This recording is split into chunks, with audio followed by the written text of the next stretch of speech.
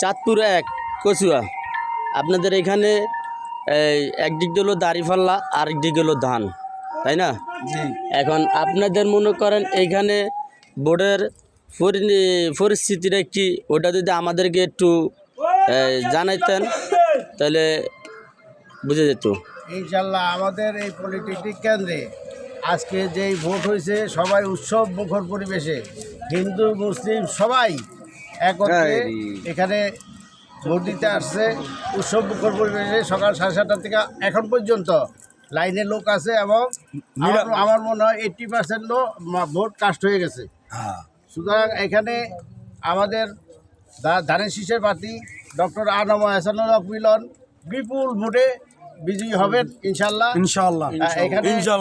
এখানে ভোটের ব্যবধান হবে 80-20। আমাদের এখানে এখন আমি বিশৃঙ্খলা বা কোনো অপ্রীতিকর ঘটনা ঘটে নাই। ধন্যবাদ। যে আমি এখন বলতে চাইতেছি, আপনারা তো সবাই ভোট দিচ্ছেন তাই না? ভোটের ভিতরে তো কোনো ঝামেলা হয় না? ভোট আপনারা সবাই সুস্থভাবে ভোট দিচ্ছেন না?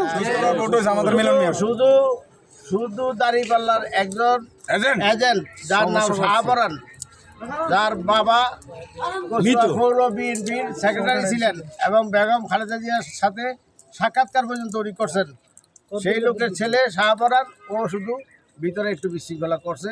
যা হোক, এবং প্রশাসনের হস্তক্ষেপে সে বাড়তে পারে নাই, পরে পরবর্তীতে সে অফ হয়ে গেছে। আমরা মিলন মিয়ার লোক দেখে আমরা করি না, আমরা